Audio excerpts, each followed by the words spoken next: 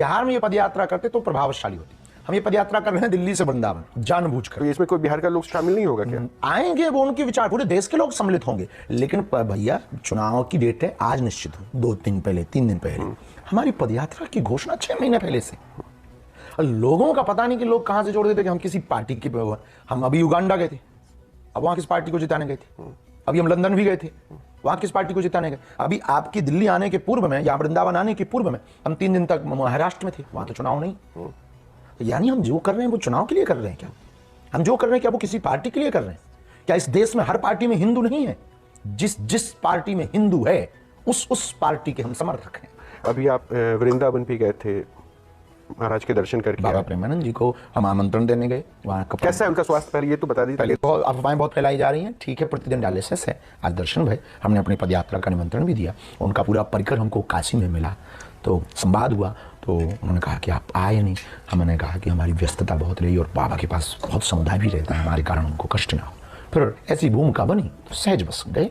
थोड़ी असहजता नहीं हुई उनके पास जाने में? क्योंकि मैं इसके पीछे आपके पास तर्क दे रहा हूँ। आप श्री रामभद्राचार्य आपके सामने था जब संस्कृत में शब्दार्थ करने की बात, आपके मन में क्या भाव आया जब? नहीं, कोई भी ऐसा भाव नहीं। हमारे गुरुजी, पहली बात तो हमारे गुरुजी का ऐसा कोई भाव नहीं था, ऐसा कोई भाव नहीं था।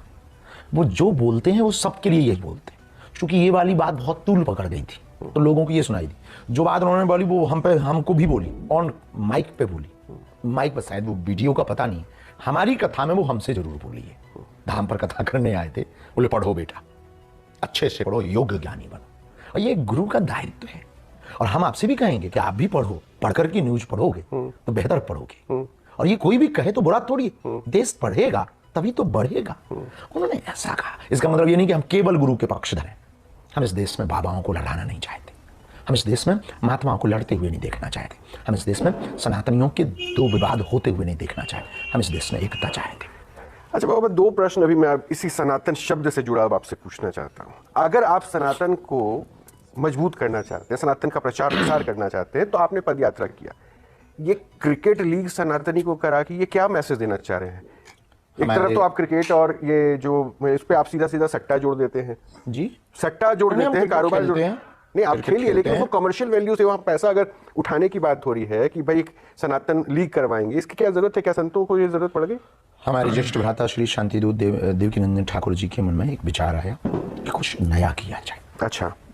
और जो भी त्रासदी हुई भारत में 2-3 राज्यों में, पंजाब, हिमाचल आदि में, उसके लिए कुछ अलग तरीके से एक सभी कथावाचकों के साथ मिल करके कुछ नया किया जाए। तो उन्होंने कहा